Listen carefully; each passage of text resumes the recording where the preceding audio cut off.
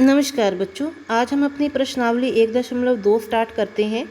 इससे पहले 1.1 में हमने पूर्णांकों के बारे में पढ़ा था कि धनात्मक संख्याएं क्या होती हैं, ऋणात्मक संख्याएं क्या होती हैं, धनात्मक और ऋणात्मक को हम कैसे डील करते हैं, उनको कैसे जोड़ते हैं या उनको कैसे घटाते हैं। जो समान संख्याएं होती हैं, जैसे मान लो एक ऋणात्मक है तो दूसरी संख्या भी ऋणात्मक होती है, तब हमारा जो उत्तर आता है इनको जोड़ने पर तो वो भी ऋणात्मक आएगा और संख्या बढ़ जाएगी। जैसे मान लो मेरे पास एक संख्या है ऋणात्मक में 4 मीन्स -4 और दूसरी संख्या है -3। अगर मैंने इन दोनों को जोड़ना हो, दोनों को इकट्ठा करना हो, तो -4 और -3 दोनों ऋणात्मक हैं, तो ये दोनों जुड़कर मेरे पास क्या बनेगी, -7 बनेगी। उसी तरह से अगर मेरे पास -4 है और 3 जो है वो ऋणात्मक नहीं है, वो धनात्मक है। कहने का मतलब -4 और +3 अगर इस तरह से है और इन दोनों को मैं जोड़ रही हूँ तो -4 और +3 एक संख्या ऋणात्मक है, एक संख्या धनात्मक है। तो दोनों क्या साइन है, दोनों ऑपोजिट साइन है। तो बड़ी संख्या में से छोटी संख्या घटाएंगे, मीन्स 4 में से 3 को घटाएंगे, पीछे क्या बचा 1। लेकिन उत्तर जो होगा उसके साथ हम क्या लगाएंगे, जो साइन बड़ी संख्या के साथ लगा हुआ है। अब बड़ी संख्या 4 थी, बड़ी संख्या के साथ साइन कौन सा लगा हुआ था, माइनस का, तो उत्तर के साथ भी क्या आ जाएगा, माइनस का साइन आ जाएगा। तो यही चीज़ हमारी पूरी की पूरी 1.2 में है। इसी के साथ हमने डील करना है, इसी चीज़ को हमने समझना है।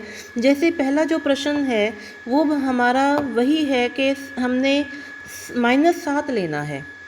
अब -7 कैसे लेना है, इसका प्रश्न हमारे पास क्या है कि ऐसे पूर्णांक युग्म लिखिए जिसका योग -7 आए। योग मतलब हमने क्या करना है, प्लस करना है। योग का मतलब क्या होता है, प्लस करना है। कि ऐसे दो पूर्णांकों को जोड़िए कि हमारे पास आंसर क्या आ जाए, -7 आ जाए। अब मान लो मैं एक संख्या चूज़ कर लेती हूँ -7। अब माइनस के साथ में मुझे क्या जोड़ना पड़ेगा कि -7 आ जाए, तो वही संख्या मैं ले ही रही हूँ और वही संख्या मुझे प्राप्त करनी है। तो क्या आएगा, मेरा दूसरा ऑप्शन क्या आएगा, 0 आ जाएगा। मैं इसमें क्या जोड़ दूँगी, 0 जोड़ दूँगी। अगर मैं -7 में 0 जोड़ती हूँ तो मेरे पास आंसर क्या आ जाएगा, -7 आ जाएगा। अब यहाँ पे मैंने 0 लिया है, तो 0 भी एक पूर्णांक है। जब हम धनात्मक और ऋणात्मक संख्याओं की बात करते हैं तो 0 भी पूर्णांकों में शामिल हो जाता है, क्योंकि 0 इन दोनों ऋणात्मक और धनात्मक में के बीच में होता है। चलिए अब 0 नहीं लेते, अब एक और संख्या ले लेते हैं। मान लो मैं एज्यूम कर देती हूँ -4। पहली संख्या मैं क्या ले रही हूँ, -4, और उसमें मैंने क्या जोड़ा, योग पता करना है तो जोड़ना पड़ेगा। क्या जोड़ रही हूँ मैं उसमें मैं जोड़ रही हूँ -3। अब ब्रैकेट जब खोलेंगे प्लस माइनस माइनस होता है, तो -4 में मैं -3 ही जोड़ रही हूँ। तो अगर ये दोनों जुड़ेंगे तो मेरे पास क्या आ जाएगा, -7 आएगा। अब मैं एक संख्या और ले लेती हूँ, जैसे -10 ले लिया। -10 में मैं क्या जोड़ूंगी कि मुझे -7 मिले। अब देखिए -10 बड़ा है, -7 छोटा है। अब इसमें से अब मैंने क्या करना है, कोई ना कोई ऑपोजिट साइन को तो इसमें से घटाना पड़ेगा, तभी -10 में से -7 बचेगा। अब मैं इसमें क्या जोड़ूंगी, 10 और 7 में कितना अंतर होता है, 3 ना, तो 3 भी क्या होगा, एक पूर्णांक आ गया। अब -10 और +3 दोनों ऑपोजिट साइन है, दोनों काटेंगे एक दूसरे को। अब कटने के बाद ये उत्तर क्या निकालेंगे, बड़ी संख्या में से छोटी संख्या घटा देंगे, क्या बचेगा 7। लेकिन बड़ी संख्या के साथ साइन कौन सा लगा हुआ है, माइनस का, तो हमारे पास उत्तर क्या बचेगा, -7। इसी तरह से हमारा अगला प्रश्न है। अगले प्रश्न में हमने क्या पता करना है, अंतर पता करना है, जिसका अंतर ऐसी दो पूर्णांक बताने हैं, दो पूर्णांकों का युग्म बताना है जिनका अंतर हम करें तो -10 आ जाए। अब पहला मैं एग्जांपल देती हूँ कि मैं एक संख्या ले लेती हूँ -7। अब -7 में से मैं क्या घटाऊंगी कि मेरे पास -3 आ जाए, सॉरी -10 आ जाए। अब 7 से घटाने के लिए हम अगर संख्या रेखा की बात करें तो घटाने के लिए हम क्या करते हैं, लेफ़्ट हैंड साइड जंप करते हैं।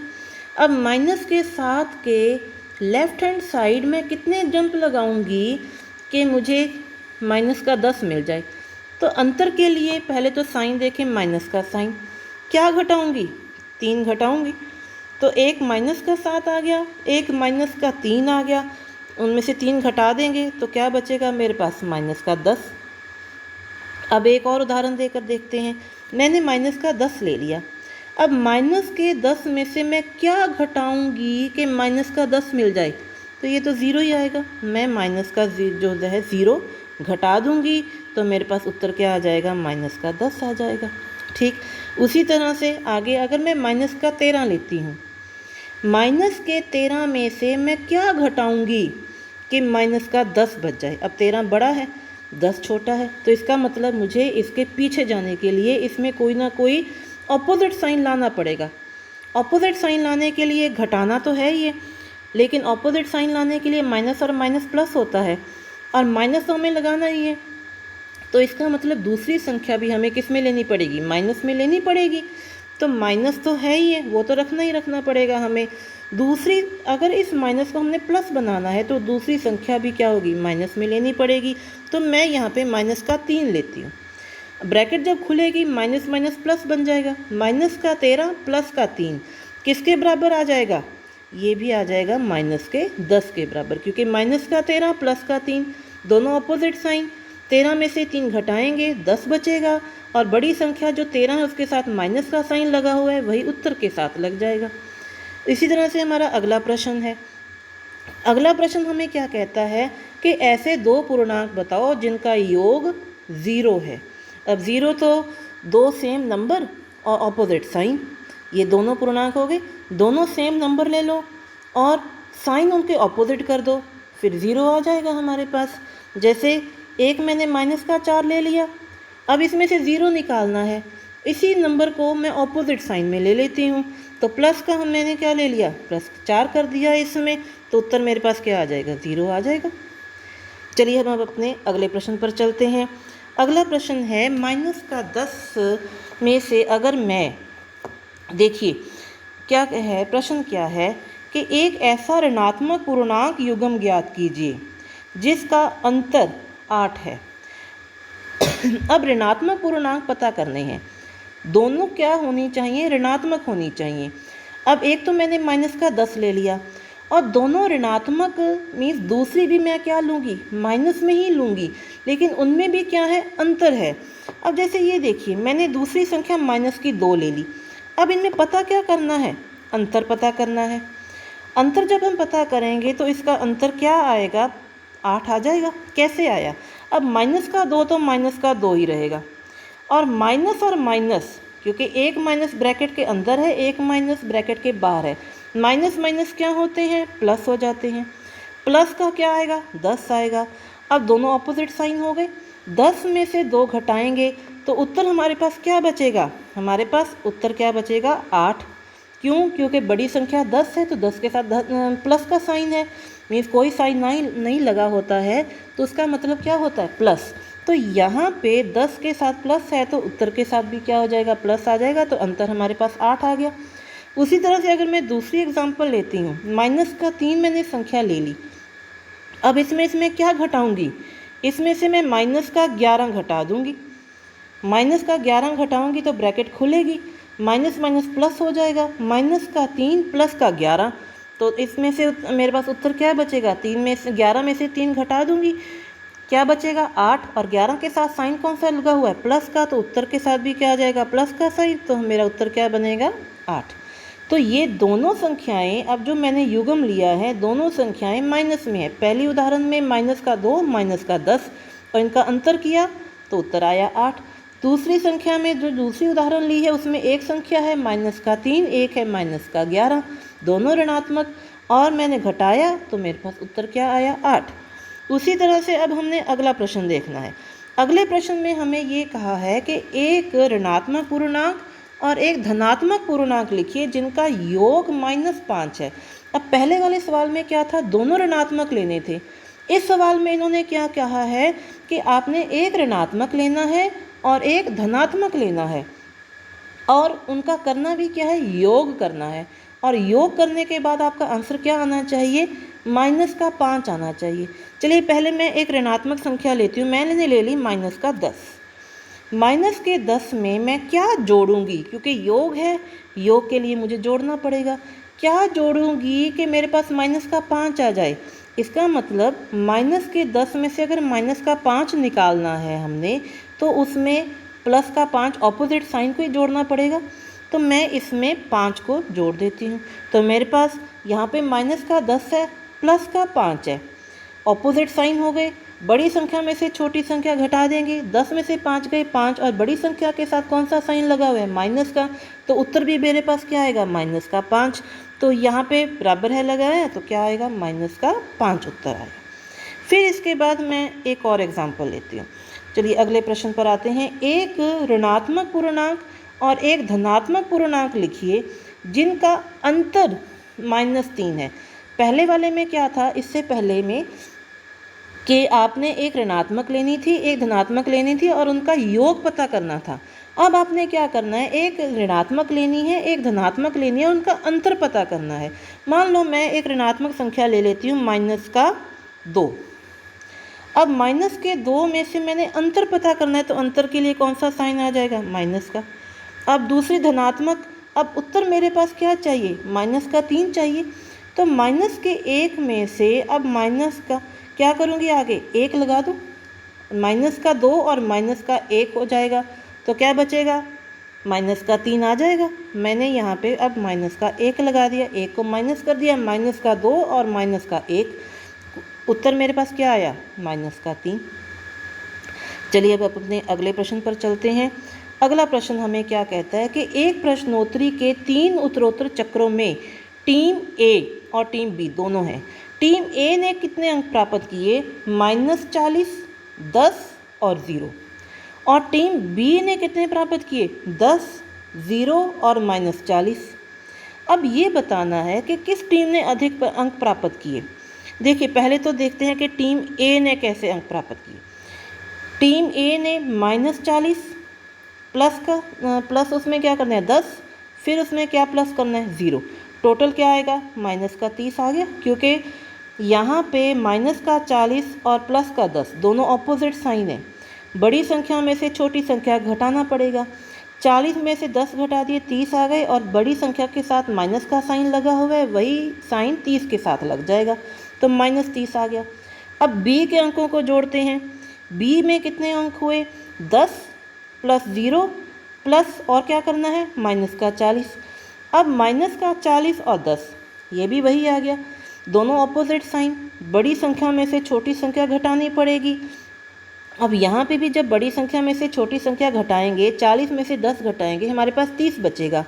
और बड़ी संख्या के साथ माइनस का साइन लगा हुआ है, तो उत्तर के साथ भी हमारा माइनस का साइन लगेगा। तो इसका मतलब ये हुआ कि टीम ए और टीम बी दोनों के भले ही नंबर उनके उल्टे पुल्टे आए हों, लेकिन सभी का योग क्या बनेगा, -30 ही बना। अब यहाँ पे आगे क्या कहा है कि क्या हम कह सकते हैं कि पूर्णांकों को किसी भी क्रम में जोड़ा जा सकता है। बिल्कुल कह सकते हैं, क्योंकि अगर टीम में नंबरों को ऐसे जोड़ा है, क्रम क्या देखिए, -40 +10 +0, तो भी उत्तर हमारे पास -30 आया। टीम बी में देखिए तो 10 + 0 + -40, उल्टे सीधे हो गए नंबर तो, लेकिन उत्तर तो सेम आया। तो हम यहाँ पे उत्तर क्या लिखेंगे, हम यहाँ से कह सकते हैं कि पूर्णांकों को किसी भी क्रम में जोड़ा जा सकता है। क्यों, क्योंकि -30 बराबर है -30। अब हम अपने अगले प्रश्न को देखते हैं। अगला प्रश्न हमें क्या कहता है, रिक्त स्थान भरिए। पहले तो रिक्त स्थान देखते हैं कि है कौन कौन से। देखिए ये है हमारे पास रिक्त स्थान। पहले में है, अब बीच में बराबर है का साइन है, और लेफ्ट हैंड साइड पे भी कुछ संख्याएं लिखी हुई हैं, राइट हैंड साइड पे भी कुछ संख्याएं लिखी हुई हैं। यहाँ पे जो सेट पूरा है पहले उसको देखते हैं। पहले वाले एग्जाम्पल में क्या लिखा है, -5 प्लस -8, -5 में -8 जोड़ा हुआ है। अब बराबर है कि इस साइड पे देखिए तो -8 तो लिखा ही हुआ है, तो पीछे हमारे पास ब्रैकेट में क्या बचेगा, ब्रैकेट में हम क्या लिखेंगे, -5। ठीक। अब दूसरी एग्जाम्पल, दूसरी एग्जाम्पल में देखिए माइनस का 53 है। माइनस के 53 में मैं क्या जोड़ूं कि माइनस का 53 ही मिल जाए? तो इसमें तो कुछ भी जोड़ेंगे तो ज़ीरो ही हो सकता है जो जोड़ेगा, जिसके कारण हमारे पास माइनस का 53 आ जाएगा। तो यहाँ पे आंसर हमारे पास क्या बनेगा? 0। अब 17 में क्या जोड़ूं कि 0 आ जाए? अब 17 प्लस का है, क्या जोड़ूंगी मैं ताकि 0 आ जाए? इसका मतलब अगर 17 में से मुझे 0 चाहिए तो यही नंबर ऑपोजिट साइन वाला मुझे जोड़ना पड़ेगा। तो मेरे पास उत्तर क्या बनेगा यहाँ पे? माइनस का 17। सेम नंबर जोड़ना पड़ेगा क्योंकि 17 ही 17 को काट सकता है, पीछे 0 बचाना है तो। और होना भी ये ऑपोजिट चाहिए क्योंकि जब ऑपोजिट साइन होते हैं वही एक दूसरे में से माइनस होते हैं। अब चौथा सवाल देखिए। चौथे सवाल में बराबर है कि राइट हैंड साइड पे 3 रकमें हैं, 13, फिर -12, फिर माइनस का 7। लेकिन लेफ्ट हैंड साइड पे अगर देखते हैं तो हमारे पास 2 ही रकमें हैं, माइनस का 7 मिसिंग है, तो वही माइनस का 7 हम यहाँ पे लिख देंगे। सिर्फ इसमें है क्या कि हमने पूर्णांकों के क्रम को जोड़ा है, कि क्रम को अलग किया है कि पहले हमने 13 और माइनस के 12 को जोड़ा है, फिर उसमें माइनस के 7 को जोड़ा है। लेकिन राइट हैंड साइड पे पहले हमने माइनस के 12 और माइनस के 7 को जोड़ा है, फिर उसके बाद उसमें 13 को जोड़ा है। सिर्फ इसमें फ़र्क क्या है? दोनों साइडों पे नंबर सेम ही रहेंगे, सिर्फ उनके जोड़ने का जो पैटर्न है वही अलग हुआ है। लेकिन इससे पिछले वाले सवाल में हमने देखा था कि पूर्णांकों को किसी भी क्रम में जोड़ा जा सकता है, हमारा उत्तर सेम आएगा। तो वही काम पांचवी एग्जाम्पल जो है पांचवें रिक्त स्थान में है कि बराबर है कि लेफ़्ट हैंड साइड पे हमारे पास 3 रकमें हैं, लेकिन राइट हैंड साइड पे हमारे पास 2 ही रकमें हैं, एक रकम मिसिंग है। उस मिसिंग रकम को हम यहाँ पे लिख देंगे। तो ये जो है चैप्टर हमारा एक्सरसाइज 1.2 पूरी हो चुकी है। बहुत आसान है, 1-2 बार आप इस वीडियो को देखोगे तो समझ आ जाएगा। अगर फिर भी कोई प्रॉब्लम आती है तो आप पूछ सकते हो। Thank you.